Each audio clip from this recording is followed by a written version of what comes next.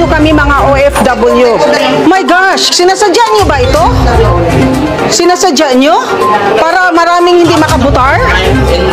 Kasi alam nyo yung sa time ni Tatay Digong, nag-landslide si Tatay Digong. So kaya ginagawa nyo itong mga online voting. Kayo nga yung nakaupo. Ang hirap sa Pilipinas, hirap lahat. Kahit sa eleksyon, ang hirap magbutar. Ganito ba ginagawa nyo sa mga OFW? Kaya nga, love namin si Tatay Digong eh. Kasi si Tatay Digong lang talaga nagbigay ng mahalaga sa mga OFW. Ngayon ang ginagawa niyo sa amin. Dami ngayong di makabutar. Almost 40% lang ang nakaregistered ata ngayon. Marami ngayong hindi makabutar nga OFW. Walang hiya kayo talaga. Government ngayon ng Pilipinas, walang hiya kayo. Kakapal ang mga mukha nyo. Sinasadya nyo to. Alam ko, sinasadya nyo. Para maraming hindi makabutar. Mas prefer ko yung manual kasi alam natin na talagang sure talaga yung boto natin. Dito, grabe yung yung parang hirap magano sa online actually. First time kong nag-vote sa online voting. So, mahirap lalo na pag mahina ang internet. So, ang daming pasikot-sikot, pabalik-balik. Grabe, super stress na talaga ako ngayon. Walang kasigurado yung boto natin kung makakount ba yun sa dapat butuhan natin para maglingkod sa ating bayan. Pero mas prepare ko talaga yung yung manual kasi yan talaga ang from sa dati pa hanggang ngayon. Grabe ka-rescue. Hindi na sana ako buboto pero nirescue ko lang yung baka nagbaka sakali lang tayo. Panawagan ko sa gobyerno, President BBM. Sir, ihinto nyo na yung yung online voting kasi lalo na sa amin mga OFW, mahina ang internet. Minsan yung iba hindi pa marunong, 'di ba? Kasi hindi naman usually ginagamit natin yan eh. So, prepare kami sa manual yung sulat-sulat at tapos shading kasi yan talaga ang nagisnan natin. So, sana Mr. President at saka Comelec, nanawagan po ako, ibalik nyo na ang manual. Napakahirap ang online voting actually. Ranas na ranas ko ngayon. Nakaka-stress. Sa online or manual, I prefer manual. Kasi yun talaga yung nakasanayan.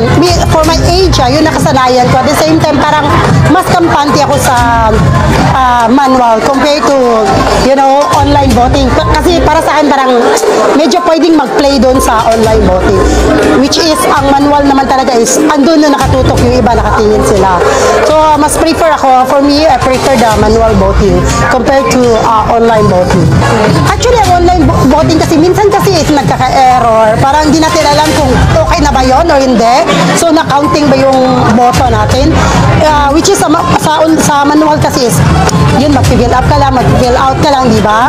So, parang, hindi pa rin ako kampante sa online, pero, which is yung iba naman is gusto na online. Nanawagan ako sa gobyerno, hindi man lang dito sa Malaysia, because I'm here Malaysia, sa buong butante ko at sa Pilipinas, mag-isip muna kayo bago kayo bumoto.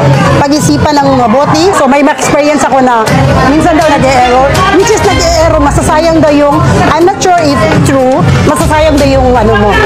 Especially sa akin, limited na yung oras ko. So, nasasayang, kaibigan ko rin, nasasayang yung oras. Kasi sabi nila na-error daw, tapos balik na naman ulit. Which is, ang manual is fill up ka lang, di ba? Tapos gano'n na lang. So, more on convenient ako sa manual. Actually, wala akong idea kung kailan ang boto. Nagkataon ng kaninang umaga, nag-chat-chat kami. Tapos sabi niya, pwede na daw magboto. Kaya pumunta ako. Kahit sa pagboto lang ako makatulong.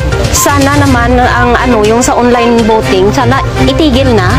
Ayaw ko kasi madaling madaya, isang click lang yung tapos yung boto, yung total 100, dagdagan lang ng 1, magiging 1,100.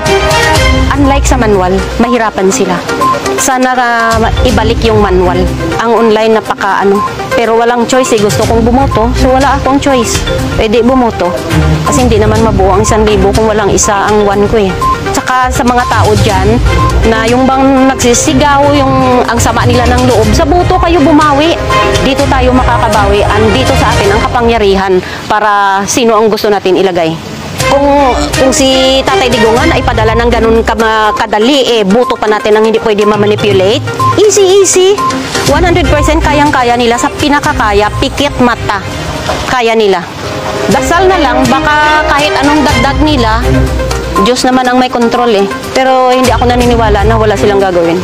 Alam ko naman ang kalakaran nila eh, kaya nga sila napatalsik noon dahil din ganun eh. Yung kumbaga ang ahas, kahit anong damit, ahas pa rin yan.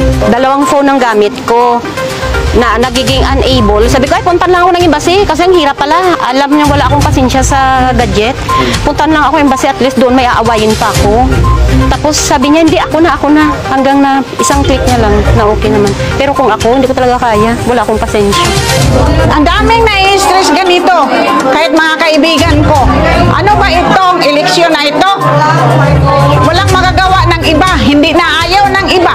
Dahil sa online ng online, mawala na naman, ulit na naman ng ulit. O ano sa mga tao dito sa abroad. Sana punta ng Philippine Embassy katulad noong 2018 o 2022. Ang mga tao, no, ang mga gustong bumoto, parang ayaw na kasi sa ganito mangyari. Ayun na lang, sir.